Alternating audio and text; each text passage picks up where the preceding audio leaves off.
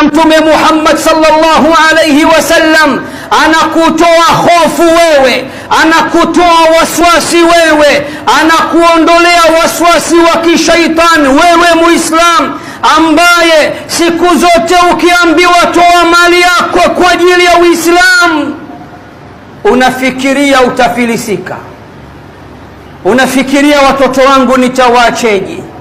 Kwani wewe ulipokuja duniani ulikweje ukafika hapo ulipofika? Nani aliyekufikisha kama sio yule aliyeumba mbingu pasina nguzo? Sasa wale wenye waswasi ya kuwa bwana wewe ukitoa sana utafilisika, sikiliza hadithi ya Mtume Muhammad sallallahu alayhi wasallam. Bwana Mtume anajicommit, Bwana Mtume anakupeni ahadi, Bwana Mtume anakupeni bishara njema, anakuambieni ma naqasat sadaqatun min mal, hata siku moja sadaka haitopunguza mali ya mtu, bali sadaka itaongeza katika mali yako. Muislamu wa sasa akaambiwa toa tu chochote kwa ajili ya maendeleo ya msikiti au madrasa au walimu wa Qur'ani au kuna jambo la Kiislamu, anazichungulia zile pesa, utadhani kazaliwa nazo au ataondoka nazo akhera. Akili yake yote ukitoa utafilisika.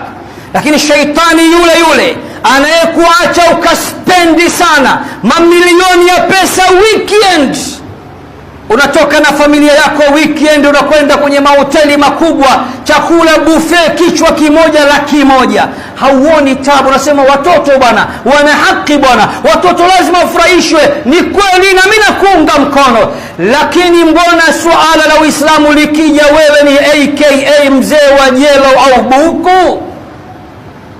Mbona ya pesa kubwa hutoi, unazichungulia?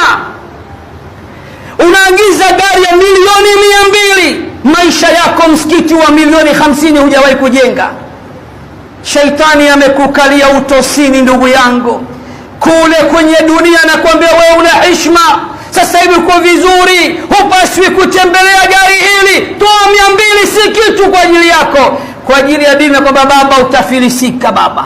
Ndugu zako wenyewe ndio wale unawajua. Ukifa watoto wako hakuna atakayewalea, waachie akiba baba. Ash-shaytanu ya'idukumul faqra, shaitani huyo anawaahidi na kuwatisha mkitoa katika dini mtapata ufukara.